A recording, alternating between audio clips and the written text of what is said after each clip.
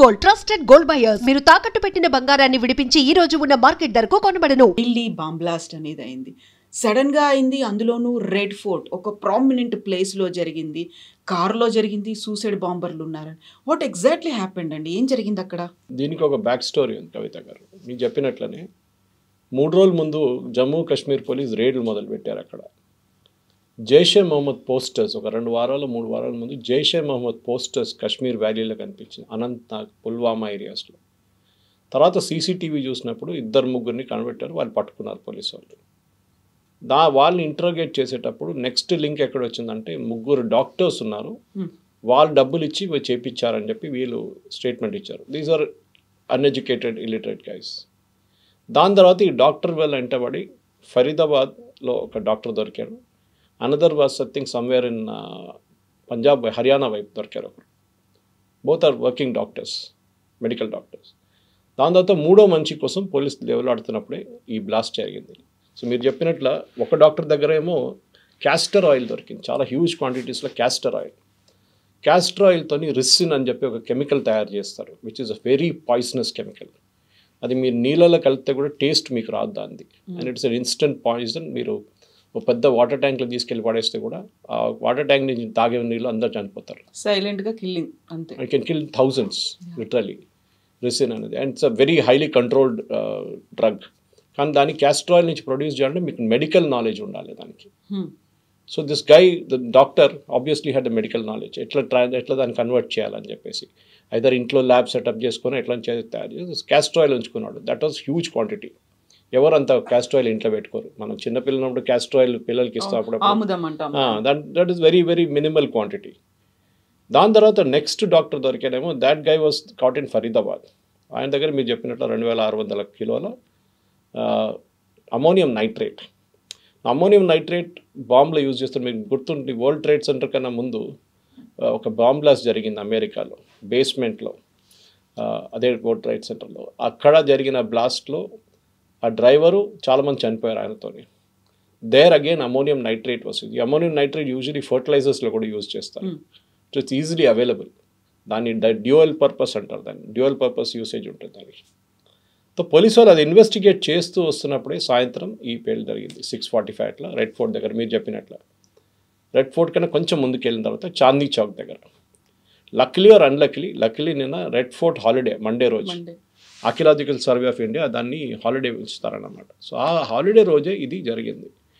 దానికోసం కొంతమంది విక్టిమ్స్ తగ్గారు, కానీ there is a bigger picture to it. So ఇందులో సూసైడ్ బాంబర్స్ అనేది కూడా ఉంది అనే మాట వినిపిస్తుంది. ఆ కార్లో ఉన్న వాళ్ళే చేశారు ఈ పని అనేది. కార్లో ఉన్నటువంటి 3 మరణించారు, బట్ ఆ కార్ ఎవరి పేరు మీద ఉంది అనేది మూలాలు కూడా చెక్ చేసి చూస్తే పుల్వామాలో ఉన్నటువంటి ఒక ముస్లిం దాన్ని ఓన్ చేస్తున్నాడు అనేది ఉంది. ఆ 3 ఎవరు అనే దాన్ని కూడా ఇప్పుడు పెద్ద క్వశ్చన్ మార్క్ అయింది. సో ఇప్పుడు చెప్పినట్టు చాందీ చౌక్ దగ్గర ఒక రెడ్ లైట్ దగ్గర కార్ స్లో డౌన్ చేస్తుంది. దానికన్నా ముందు ఇప్పుడు సీసీటీవీ ఇమేజెస్ అనలైజ్ చేస్తే పోలీసు వాళ్ళు ఏమంటున్నారంటే 3 గంటల సేపు ఇది రెడ్ ఫోర్ట్ పార్కింగ్లో ఈ కారు ఉండే 3 గంటల సేపు. దాని తర్వాత అక్కడి నుంచి బయటికి తీస్తున్నప్పుడు ఒక డ్రైవర్ చాలా క్లియర్గా కనిపిస్తున్నారు, కానీ వెనక సీట్లు ఎవరైనా ఉన్నారో కనిపించట్లేదు క్లియర్గా. So we still don't know దాంట్లో 2 ఉన్నారో 3 ఉన్నారో 1 ఉన్నారు.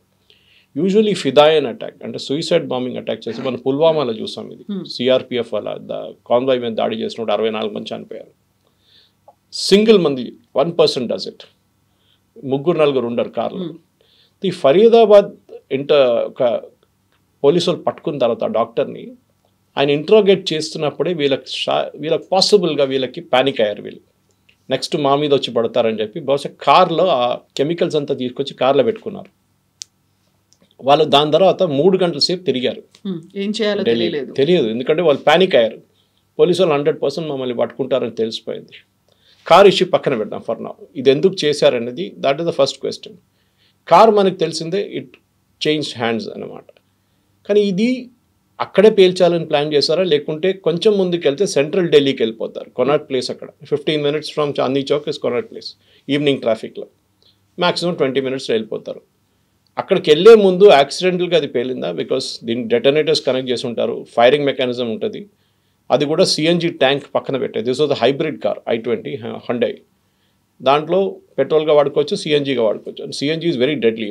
మనం చూసాం చాలా మటుకు రీఫిల్లింగ్లో ఇల్లీగల్గా కన్వర్ట్ చేస్తున్న సిఎన్జి వెహికల్ చాలా మటుకు ఎక్స్ప్లోడ్ అవుతుంది. ఫస్ట్ అదే అనుకున్నారు. ఈ బ్లాస్ట్ జరిగినప్పుడు ఇనీషియల్ అజంప్షన్ ఏముండే అంటే సిఎన్జి వెహికల్ పేలింది, కానీ తర్వాత దీని ఇంపాక్ట్ చూస్తే తెలిసిపోయింది సిఎన్జి కాదు, ఇది something extra contributed to it అనేది. సో దాని తర్వాత వెహికల్ని అనలైజ్ చేశారు, ఎందుకంటే అక్కడి నుంచే కదా మాకు మెయిన్ ఇది వస్తుంది, టిప్స్ వస్తుంది. వెహికల్ అనలైజ్ చేస్తే మీరు చెప్పినట్లు first it is owned by somebody from Haryana, Salman అని చెప్పక ఆయన హర్యానా రిజిస్ట్రేషన్ ఉంటే ఆయన ఏమన్నారు, నేను ఓక్లాలో ఒక దేవేందర్ అన్న మంచిగా అమ్మానని చెప్పారు. సో దేవేందర్ని కూడా పోలీసులు కస్టడీలు తీసుకున్నారు. ఆయన ఇమీడియట్గా ఏం చెప్పారంటే నేను ఇంకోనికి అమ్మాను, that was sold in Jammu Kashmir Pulwama through third person. ఆయన్ని తర్వాత మనం చూసాం, ఫోటోలో కనిపించారు నిన్న రాత్రి, but he is not the actual person. ఇప్పుడు వాళ్ళ పొద్దున వచ్చిన రిపోర్ట్ ప్రకారం వాళ్ళ ఇద్దరు బ్రదర్స్ ఉన్నారు, ఇద్దరు బ్రదర్స్లో ఒక బ్రదరు, కానీ car was taken by third person. వీళ్ళిద్దరు ప్లంబర్, ఒకటి ఎలక్ట్రీషియన్, ఉమర్ రషీద్ ఏదో అని పేరుంది. సో వాళ్ళ ఒకరు కారు తీసుకుంటున్న ఫోటోగ్రాఫ్ ఒకటి ఉంది. మనం యూజువల్లీ ఎప్పుడైనా కొత్త కారు తీసుకుంటే ఒక ఫోటో తీసుకుంటాం చూడండి, it is very valuable picture, retain చేసుకోవాలి వీళ్ళందరూ. దాని నుంచి హింట్ వచ్చిందన్నమాట మెయిన్గా యూస్ కార్. ఈ కార్ ఓఎల్ఎక్స్లో కూడా పెట్టారు ఒకసారి సేల్కి. సో పోలీసు వాళ్ళు అక్కడ ఇన్వెస్టిగేట్ చేసి ఈ కార్ నెంబర్ మళ్ళీ ఓఎల్ఎక్స్లో కనిపించింది. ఇక్కడ మన ప్రేక్షకులకు నేను ఒక I want to give them big good suggestion, if they follow it nothing like it. Sadhvi Pragya కేసులో మాలేగాంలో కూడా మనకు తెలుసు, ఆమె దగ్గర మోటార్ సైకిల్ ఒకటి ఉండే, ఆమె మోటార్ సైకిల్ అమ్మేశారు ఎవరికో, కానీ ఆ పర్సన్ రిజిస్ట్రేషన్ చేంజ్ చేయలేదు.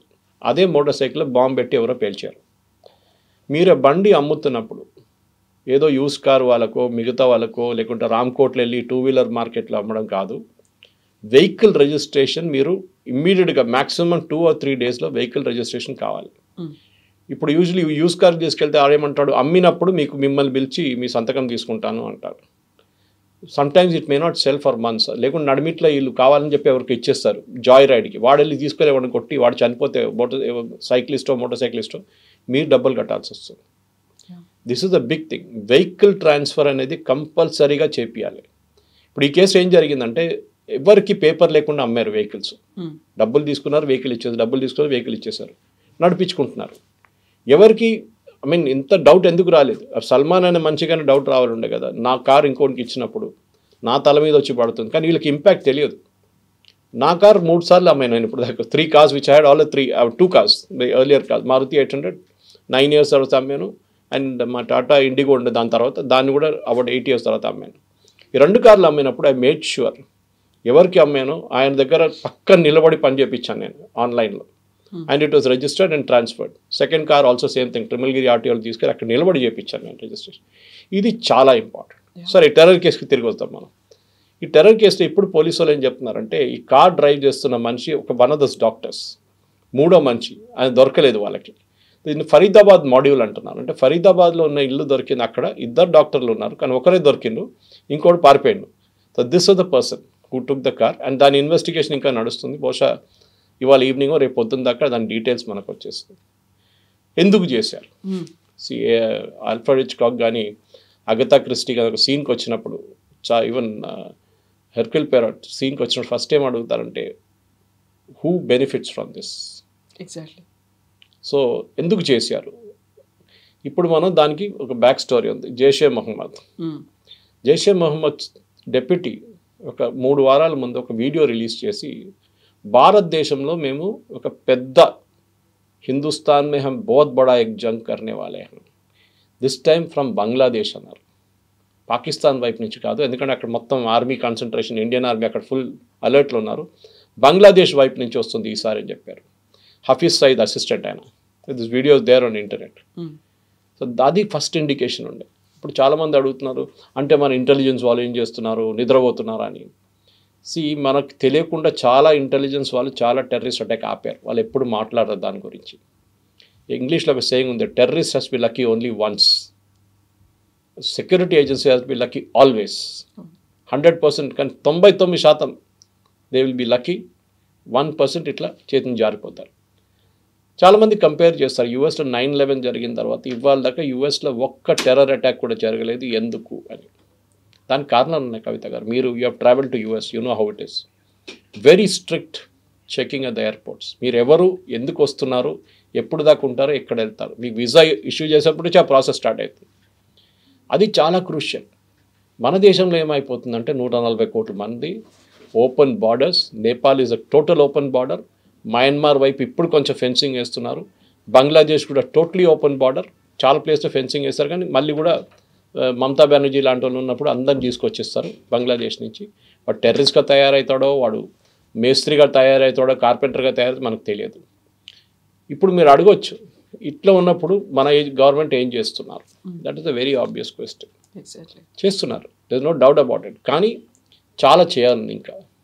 మనం చూసా, ఎప్పుడైనా రోహింగ్యాలని మొన్న పంపించిన తర్వాత అండమాన్స్లో తీసుకెళ్ళి అటువైపు పడేశారు. వాళ్ళని పెద్ద గొడవ చేశారు, సుప్రీంకోర్టు దాకా వెళ్ళారు. కానీ ఇదే రోహింగ్యాలు ఏం తయారవుతారు రేపు? They can become a human bomb. డబ్బులు ఇచ్చి వాళ్ళని కొనుక్కుంటారు, because they are not that educated. ఇదే టైంలో ఈ ముగ్గురు డాక్టర్స్ ఎందుకు చేశారు? ఎగ్జాక్ట్లీ, వీళ్ళు బాగా చదువుకుని ఉన్నవాళ్ళు, దే ఆర్ ప్రాక్టీసింగ్ డాక్టర్స్ అయినప్పటికీ కూడా. ఆలోచించండి, Osama bin Laden was an engineer, that too from a చాలా very rich family. The bin Laden family అంటే సౌదీ అరేబియాలో కన్స్ట్రక్షన్ సెక్టర్లో వన్ ఆఫ్ ద బిగ్గెస్ట్. అక్కడి నుంచి some brainwashing, he moved out.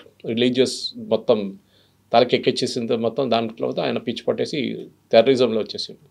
Aiman al Zawahiri, his assistant, was a doctor. So education దీనికి సంబంధం లేదు కవిత గారు. ఎడ్యుకేషన్ అండ్ రిలీజియన్కి ఒక లింక్ ఉంది. మీరు ఒకసారి మీరు ఇండాక్రేషన్ అంటారు ఇంగ్లీష్లో, అంటే మిమ్మల్ని రిలీజియన్ మీరు ఇది మీతో చేస్తున్నాను. ఇది ప్యాలెస్టైన్ టైంలో ఉండే ముందు ఇజ్రాయెల్ మీద చాలా సూసైడ్ బాంబ్స్ జరిగింది. దాని తర్వాత ఇజ్రాయెల్ దాన్ని టోటలీ ఆపేశారు. ఎట్లా అంటే they became very strict with cross border checkings. ఒక్క వెహికల్ని కూడా లోపల రానియారు వాళ్ళు క్రాస్ బార్డర్ నుంచి. మొత్తం బ్యారిక్ మనం చూస్తుంటే హోటల్స్కి వెళ్ళినప్పుడు మీరు చూస్తుంటే ఒకసారి ఒక structure that comes out of the floor. Okay, now that is anti suicide thing. It can stop a vehicle అనమాట. మీరు డెలిబరేట్గా కూడా మీరు క్రాష్ చేసి వెళ్తే ఇట్ కెన్ స్టాప్ యూ. ఇట్లాంటి చాలా మటుకు ఇజ్రాయెల్ ఇన్స్టాల్ చేస్తారు, బొలార్డ్స్ లాంటిది. దాంతోనే వాళ్ళు they have stopped large amount. Intelligence is next. ఇప్పుడు చాలామంది అడుగుతారు, ఇంటెలిజెన్స్ ఫెయిలియరా అంటారు. ఫరీదాబాద్లో పట్టుకున్నారు కదా, అక్కడ హర్యానాలో పట్టుకున్నారు కదా. ఇదంతా 6 hours టైంలో జరిగింది. జమ్మూ కాశ్మీర్ పోలీస్ దీని అంటే 2 వారాల నుంచి తిరుగుతున్నారు అక్కడున్న వాళ్ళని పట్టుకోవడానికి. So there is a consistent effort being made. కానీ మనకేంటంటే మన ఇంత పెద్ద దేశం మనది, ఎక్కడి నుంచి ఎవరు వస్తారని తెలియదు మనకి. నేపాల్ వైపు నుంచి రావచ్చు, నేను చెప్పినట్లు బంగ్లాదేశ్ వైపు నుంచి రావచ్చు, శ్రీలంక వైపు నుంచి రావచ్చు. We don't know where they will come from. ఇటు అరేబియన్ సీ వైపు నుంచి ఎక్కడి నుంచి అని రావచ్చు, లక్షద్వీప్ వైపు నుంచి, లేకుంటే పాకిస్తాన్ వైపు నుంచి వచ్చి మనం బాంబే అటాక్ 26/11 చూసాం మనం. So we have to be lucky all the time. కానీ ఇంటెలిజెన్స్లో 2 ఇంటెలిజెన్స్ ఉంటాయి కవిత గారు, ఒకటి హ్యూమన్, ఒకటి టెక్నికల్. దీంట్లో హ్యూమన్ ఈజ్ వెరీ ఇంపార్టెంట్. మనం నక్సలైట్ కేసులో చూడండి, నల్లమల ఒక టైంలో తెలంగాణ అంటే ఉమ్మడి ఆంధ్రప్రదేశ్లో Nallamala was the hotbed of Naxalism. NT Rama Rao గారు వచ్చిన తర్వాత, దాని తర్వాత వచ్చిన చీఫ్ మినిస్టర్లు అందరూ ఇంక్లూడింగ్ కాంగ్రెస్ చీఫ్ మినిస్టర్ వాళ్ళు చాలా స్ట్రిక్ట్ వ్యూ తీసుకున్నారు దాన్ని. హ్యూమన్ ఇంటెలిజెన్స్ లక్షల ఖర్చు పెడతారు డబ్బులు, దానికి ఆడిట్ ఉండదు, ఆ డబ్బుకి ఆడిట్ ఉండదు. It is a money given to police officers. మీరు ఎక్కడి నుంచి తెచ్చుకుంటారో, ఇన్ఫార్మర్స్ని కొనుక్కుంటారో, ఏం చేస్తారో, నక్సలైట్ లీడర్స్ని కొనుక్కుంటారో మాకు తెలియదు. ఈ డబ్బులు మీది, ఇన్ని కోట్లు మీకు ఇచ్చేస్తున్నాం. దాని నుంచి వాళ్ళు నెట్వర్క్ ఆఫ్ ఇన్ఫార్మర్స్ డెవలప్ చేస్తారు. డబ్బులు ఇచ్చి, ఒకటి 10 లక్షలు 5 లక్షలు ఇచ్చి, బాబు చెప్పు ఎవరైనా టెర్రరిస్ట్ వస్తే మాకు తెలియాలంటే వాడు వచ్చి చెప్తాడు, సార్ అక్కడ ఒకటి ఉన్నాడు, ఇక్కడ ఒకటి ఉన్నాడు అని చెప్పేసి.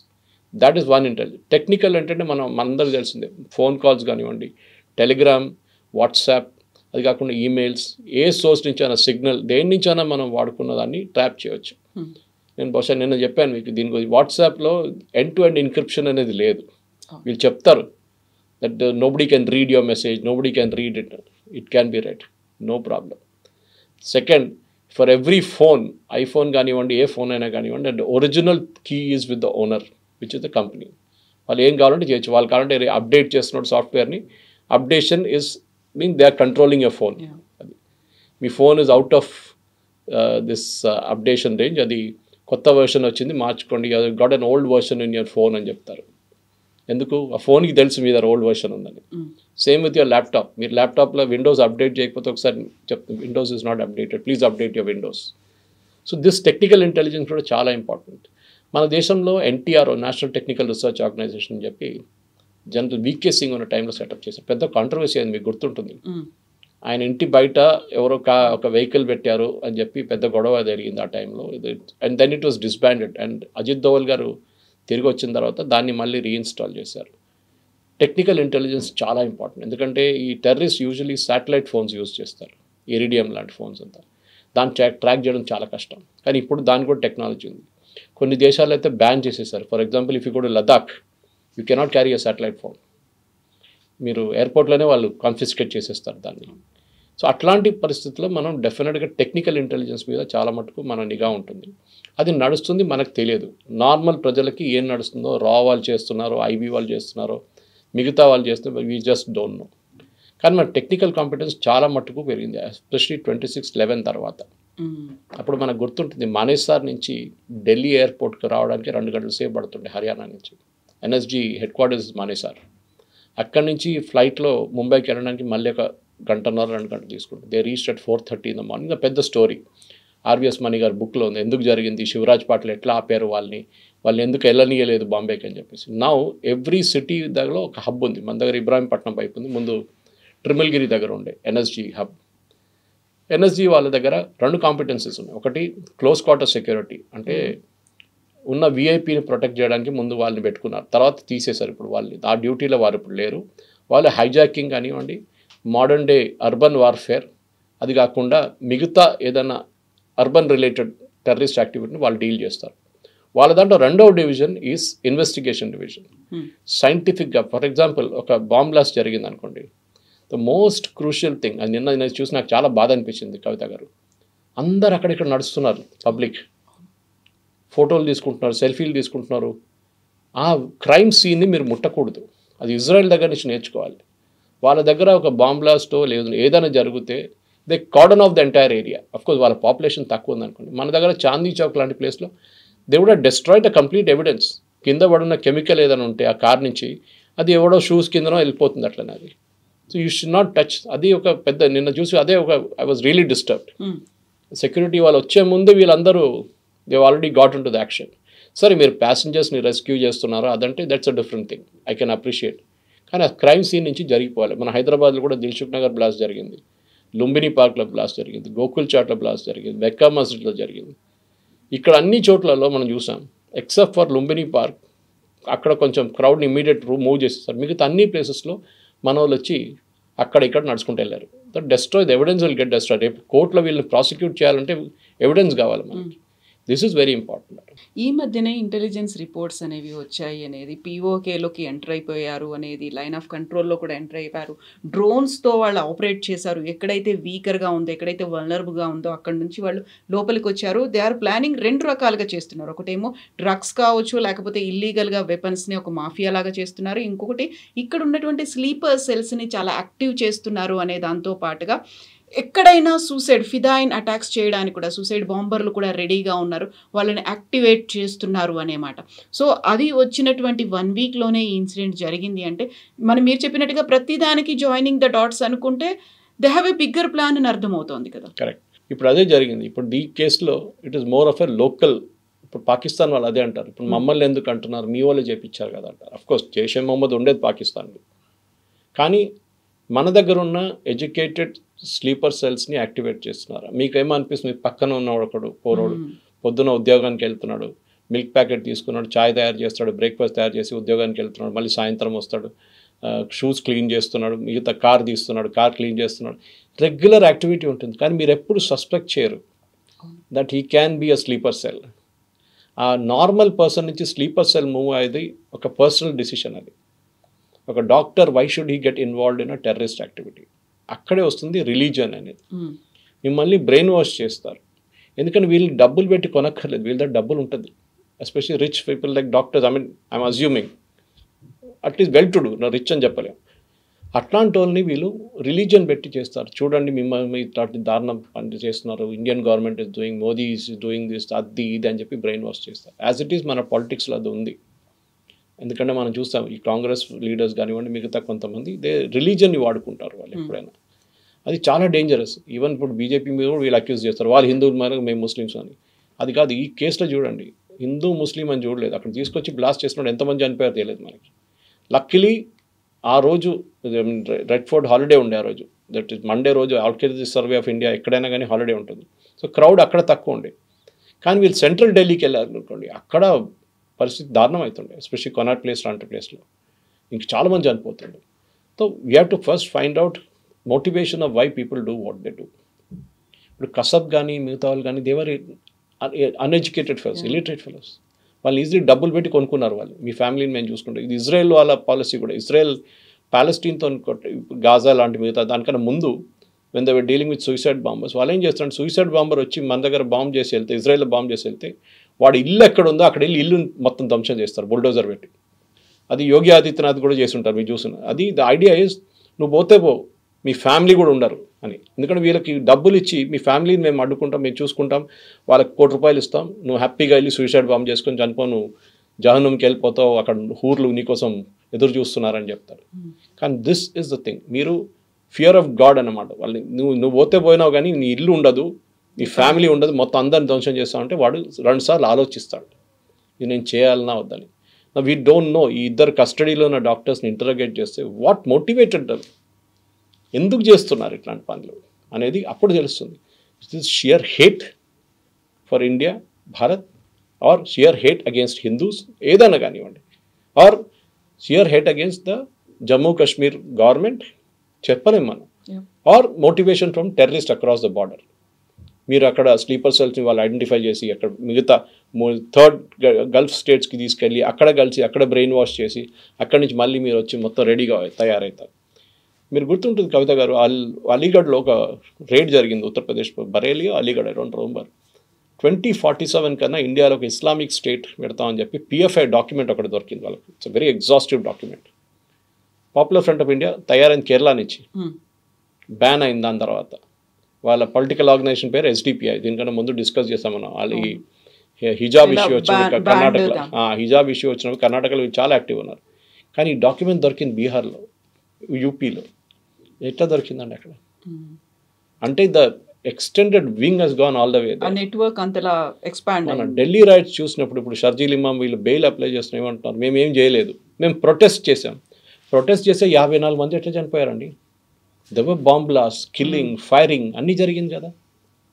ఇది మన ప్రాబ్లం ఎక్కడ వస్తుందంటే ఇట్ స్టార్ట్స్ విత్ మన యూనివర్సిటీస్. మనం ఎప్పుడు అనుకుంటాం ఫోనియలే లెఫ్టిస్ట్ కదా, ముందు నేను కూడా ఉస్మానియాలో చదివిన, అప్పుడు PDSU, RSU అన్నీ ఉండే ఆ టైంలో. అప్పుడు ABVP బయటకు దిగడానికి భయపడుతుండే. రామచంద్రరావు లాంటి, మురళీధర్ రావు లాంటి వాళ్ళు భయపడుతుండే. They were scared of coming out. Muralidhar Rao గారి మీద కూడా కాల్పులు జరిపారు, రామచంద్రరావు గారి మీద కాల్పులు జరిపారు వాళ్ళు కాలేజ్ యంగ్స్టర్స్గా ఉన్నప్పుడు. ఇంద్రసేన రెడ్డి వీళ్ళ మీద నెక్సలైట్ చాలా మంది అటాక్ చేశారు. కానీ ఆ టైంలో నెక్సలిజంకి ఒక రొమాన్స్ ఉండే. తుపాకీ తీసి అన్నలు వస్తున్నారంటే పెద్ద ఒక రొమాన్స్ ఉండే. ఇప్పుడు ఆ రొమాన్స్ మొత్తం పోయింది. Naxalism is white out totally. ఉస్మానియాలో ఎక్కడ లేదు, తెలంగాణలో కూడా లేదు. కానీ ఎందుకు చేస్తారు అది అంటే అక్కడ ఒక ఇన్ఈక్వాలిటీ ఆఫ్ ఇన్కమ్ ఉండే. అక్కడ ఒకడు దొర, నీ దగ్గర ఏం లేదు, బానిసలాగా ఉండడం, నువ్వు తుపాకీ పట్టుకో, క్లాస్ ఎనిమీ, బూర్జువా, ఇట్లాంటి వర్డ్స్ యూస్ చేసి వీళ్ళని బ్రెయిన్ వాష్. వీళ్ళకేంటి మోటివేషన్? ఈ టెర్రరిస్ట్ డాక్టర్స్ చదువుకొని హాస్పిటల్లో పనిచేస్తున్నాం. ఆలోచించండి, రేపు ఐఎమ్ డ్రెడ్డింగ్ దిస్ సీన్, ఇంగ్లీష్లో అంటే తెలుగులో మీరు దాన్ని ట్రాన్స్లేట్ చేసుకోవచ్చు. ఈ సిచ్యువేషన్ ఏమవుతుంది, రేపు ఒక ముస్లిం డాక్టర్ ట్రీట్మెంట్కి వస్తే భయపడతారు పేషెంట్స్. ఇప్పుడు ఎందుకంటే 90%, 95% they have nothing to do with this. ఈ 5%, 3% మంది ఉంటారు చూడండి, వీళ్ళ మొత్తం ఇమేజ్ స్పాయిల్ చేస్తారు. ఇప్పుడు పేషెంట్స్ రాగానే భయపడతారు, డాక్టర్ రే వద్దు మాకు, ఈడేం చేస్తాడో మమ్మల్ని, బాంబు పెడతాడో మా మీద కూడా అని చెప్పేసి. That thing is totally wrong. కానీ అది జరుగుతుంది ఇట్లాంటి ఇమేజ్తోనే.